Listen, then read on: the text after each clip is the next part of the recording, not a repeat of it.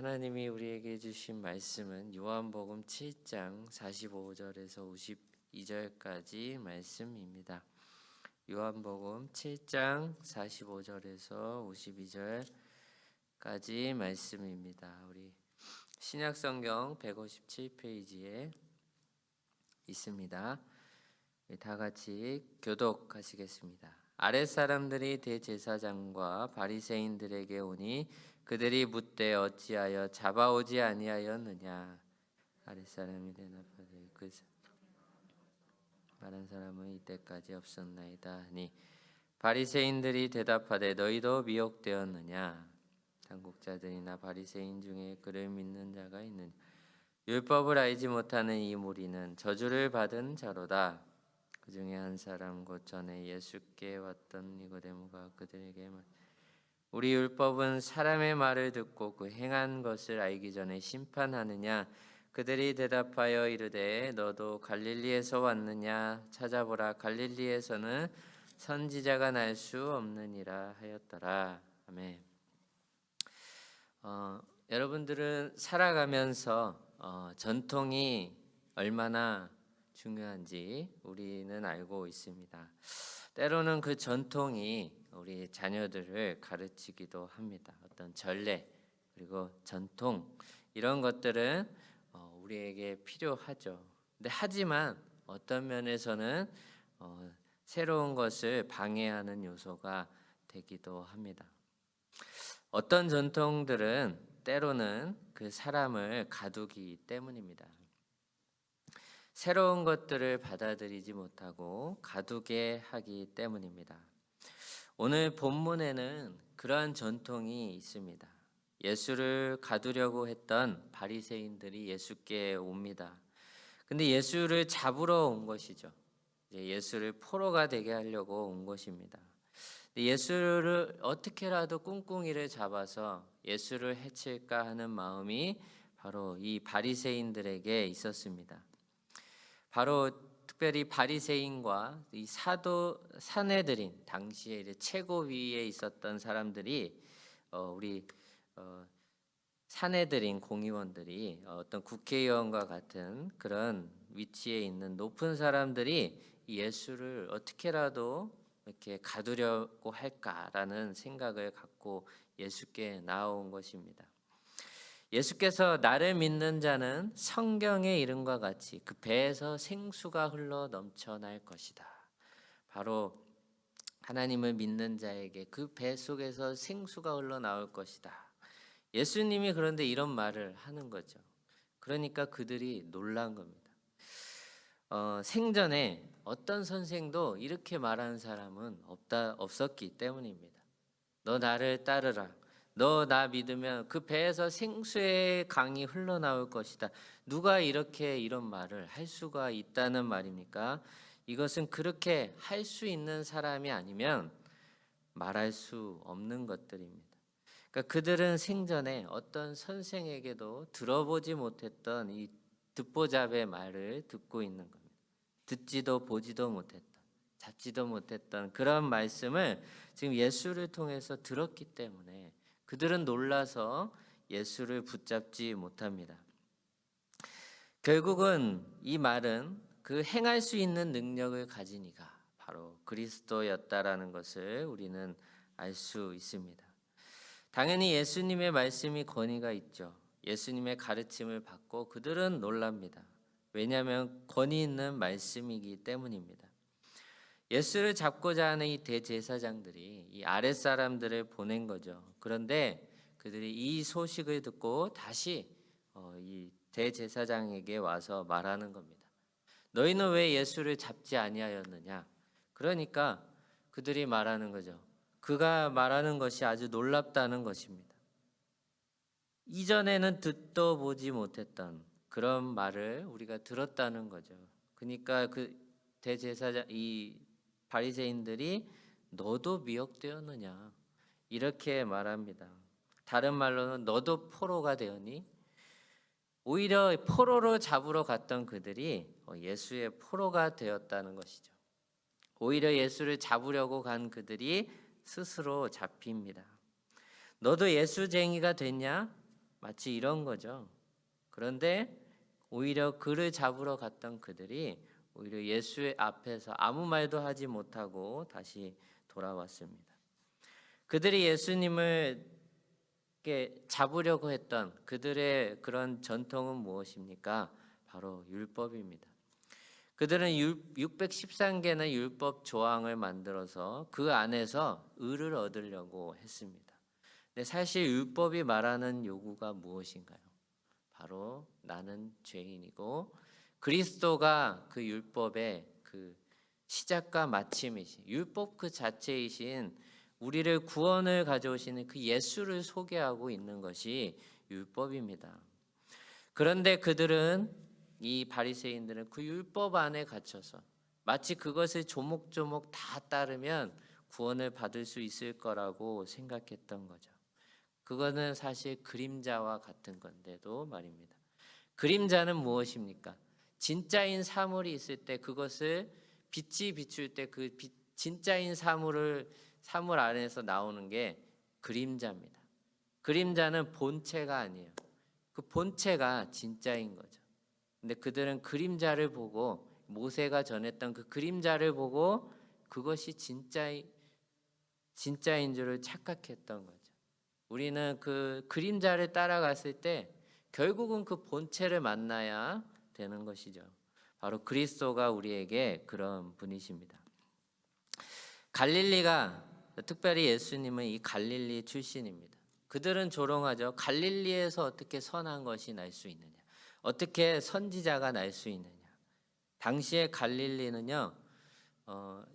우리나라로 치면 어떤 광주라고 하면 그 광주가 있고 무슨 동이 있습니다.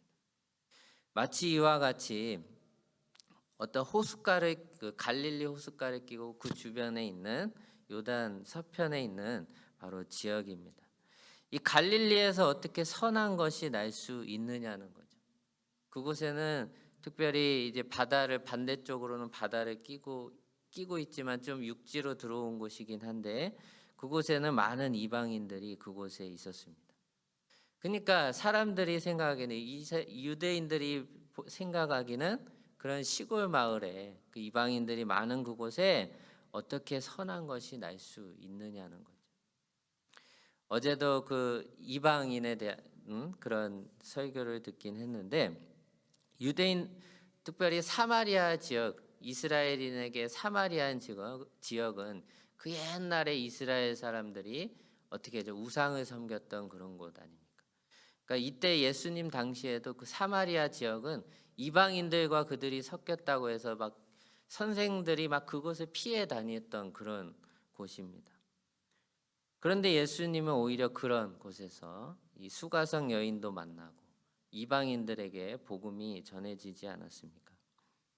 특별히 갈릴리라는 곳은 그 이방인들이 많았음에도 불구하고 특별한 곳입니다. 그들과 섞이지 않고 바로 구별되어 살아갔던 그런 곳, 그것이 갈릴리입니다. 예수님이 어디에서 사역을 시작하십니까? 바로 갈릴리입니다.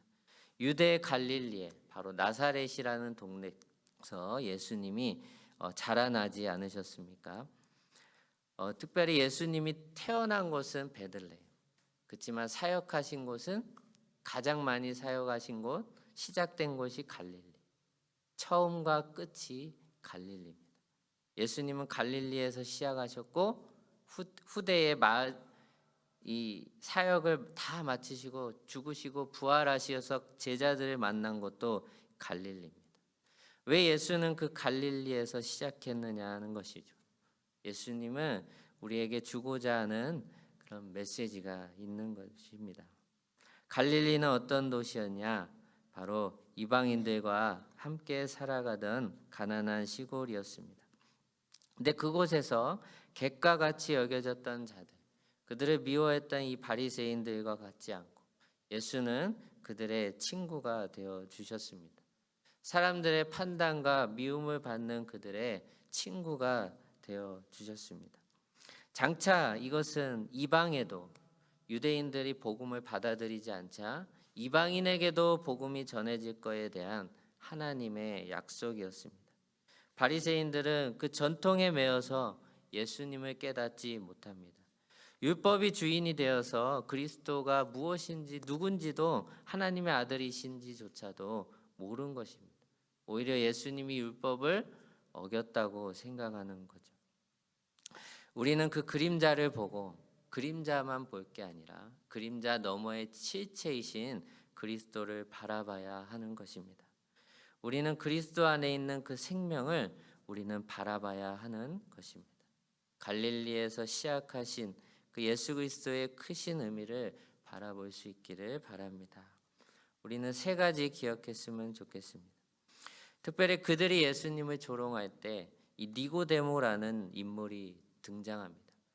니고데모는 산헤드린의 아주 권위 있는 자였습니다. 그런데 그가 우리 요한복음 3장으로 앞으로 넘어가 보면 예수님께 밤에 몰래 찾아와요. 낮에 오면은 사람들에게 비웃음거리가 될까 봐 저녁에 몰래 가서 예수님께 바로 하나님의 나라에 대해서 묻습니다. 그때 예수님이 말씀하죠. 물과 성령으로 거듭나지 아니하고 하나님의 나라를 볼 수 없느니라.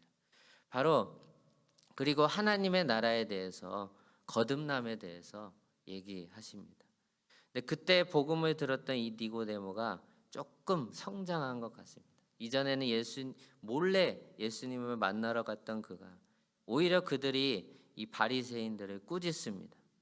율법은 그 행한 것이 무엇인지 알고 난 뒤에야 그 사람을 판단하지 않느냐. 어떤 율법이 있어요. 근데 그 율법을 그들이 원했던 게 율법을 행하는 것 아닙니까? 근데 그 행하는 것을 오히려 스스로 잘 지킨다고 했던 그들은 무너져 있었고 아닌 것 같이 보였던 예수에게는 그 율법 그 자체였다는 것을 누구는 본가요? 누구는 보고 누구는 보지 못합니다. 이 바리새인들은 예수님을 바로 보지 못하고 오히려 니고데모는 예수님의 편에서 이전에는 예수님을 살짝 의심하기도 했지만 예수님의 편에서 이 바리새인들을 향하여 꾸짖는 것이죠. 율법은 그 행한 것이 무엇인지를 알고 난 뒤에야 판단할 수 있다는 겁니다. 그 율법이 요구한 바가 누굽니까? 바로 그리스도 그 자체. 예수 그리스도가 말씀하신 모든 것이 바로 율법보다 뛰어난 그 복음의 실체인 것입니다. 예수를 저주할 자라 말하는 것은 오히려 자기를 저주하는 것과 같습니다. 때로는 우리가 의심하고 예수님의 이름 자체를 욕하는 것은 이건 용서받을 수 있습니다. 그러나 예수님이 가져오신 그 복음의 의미를 제대로 깨닫지 못하고 이 성령의 일을 방해하면 이것은 이 땅에서도 후대에서도 구원받지 못한다고 마가복음 3장 20절에는 나옵니다. 성령의 일을 우리는 막으면 안 되는 거죠. 성령이 주는 것이 무엇입니까? 바로 복음입니다. 우리도 한때 누군가에게 아주 가난한 이방인에 불과했던 거죠. 그렇지만 복음이 그 복음을 가져온 사람들을 통해서 우리가 이렇게 잘 사는 나라가 되었습니다. 셋째 성령은 이방의 빛입니다. 그것을 제자들이 그것을 알았고 후대에 성령을 받고 그들이 떠난 곳이 바로 갈릴리 경계에서부터 이방인으로 나아간 것입니다. 전 유대 지역을 예수님께서 사역하셨지만 후대에 이 제자들도 예수님을 따라서 그리고 예수님보다 더 멀리 복음의 경계를 넘어 복음의 제자들이 되었습니다. 이방인에게 복음이 흘러갈 그 약속, 그것이 예수 안에서 시작된 것이죠. 결국 가난하고 힘없고 없던 그런 자들에게 복음의 빛이 제자들을 통해서 비추어집니다. 사랑하는 성도 여러분, 우리가 받은 이 구원의 복음이 얼마나 큰 것인가? 그것이 우리에게 주는 의미가 무엇인가? 예수를 통해서 발견할 수 있기를 바랍니다. 성령은 우리 안에 있는 그 바벨탑과 같은 그 전통을 깨부수고 복음이 우리의 경계를 넘어서 많은 사람들에게, 모든 사람들에게, 내 중심성을 넘어서 모든 사람에게 복된 말씀이다.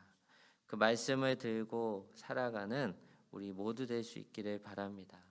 우리 주변에 내가 전해야 될 이웃은 없는가? 이 복음을 전해 주어야 할 사람들은 없는가? 우리가 기도하고 깨어 있어서 그리스도의 성령의 의를 따라서 우리가 많은 사람들에게 복음의 빛이 되는 저와 여러분들 될 수 있기를 주님의 이름으로 축복합니다. 우리 기도하겠습니다. 사랑이 많으신 아버지 하나님, 우리 안에 성령을 부어주시고 생수의 강이 나오도록 날마다 함께하여 주시옵소서. 우리의 전통을 넘어서 나의 한계를 넘어서 나의 중심성을 넘어서 하나님을 사랑하고 우리가 섬겨야 될 이웃이 누구인가 믿음으로 나아갈 수 있도록 인도하여 주시옵소서. 우리의 경계를 넘어서 우리 주변의 이웃들에게 가난한 사람들에게 복음의 빛을 비추는 이 시대에 주님의 복된 복음의 일꾼들 되도록 주여 붙잡아 주시고 인도하여 주시옵소서. 영원까지 함께 하시고 인도해 주실 것을 믿으며 우리 주 예수 그리스도의 이름으로 기도드립니다. 아멘.